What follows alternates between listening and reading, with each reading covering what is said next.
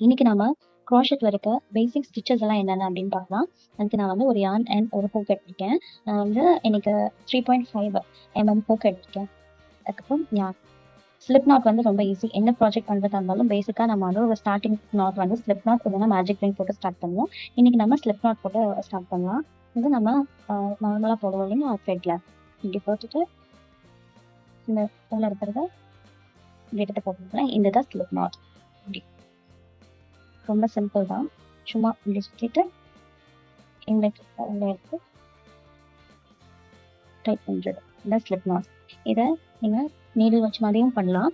எப்படின்னா இப்படி எக்ஸ் மாதிரி போட்டுட்டு ஹூக் வச்சு இந்த எக்ஸ்ல இதுல எடுத்து இதை உள்ள எடுத்து எடுப்போம். புரிஞ்சுதா? எப்படின்னு மறுபடியும் சொல்றேன். எக்ஸ் மாதிரி போட்டுக்கோங்க. இந்த இதுல இன்சர்ட் பண்ணி இதில் வெளியே எடுப்போம். அவ்வளோதான். இதுதான் ஸ்லிப் நாட். நம்ம அதிகமாக இந்த இதுவும் மேஜிக் ரிங் தான் யூஸ் பண்ணுவோம். இந்த ஸ்லிப் நாட் இதை பேசிக் ஃபர்ஸ்ட் ஒரு ஸ்டிச் நம்ம க்ரோஷேல பழகிறோம்னா அது ஸ்லிப் நாட் தான். ரெண்டாவது செயின் ஸ்டிச்.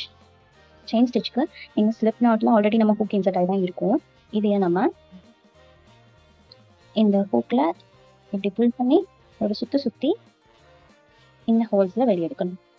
இப்போ நமக்கு ஒரு செயின் கிடைக்கும். திரும்ப அதில் போட்டு சுற்றி ஒரு டைம் புல் பண்ணணும். திரும்ப சுற்றி புல் பண்ணணும். திரும்ப சுற்றி புல் பண்ணிட்டு நமக்கு 4 செயின் கிடைச்சிருக்கு. இதுதான் வந்து செயின் ஸ்டிச். எப்படி போட்டு திருப்பி உங்களுக்கு இந்த செயின் ஸ்டிச். சரிங்களா? இப்போ நம்ம இன்னைக்கு வந்து நம்ம நார்மலாக எப்படி ஸ்லிப் நாட் போடணும், செயின் ஸ்டிச் போடணும் அப்படின்னு பார்த்துருக்கோம். நெக்ஸ்ட் வீடியோவில் double crochet, half double crochet, மற்ற ஸ்டிச்சஸ் நம்ம பார்க்கலாம். தேங்க்ஸ் ஃபார் வாட்சிங்.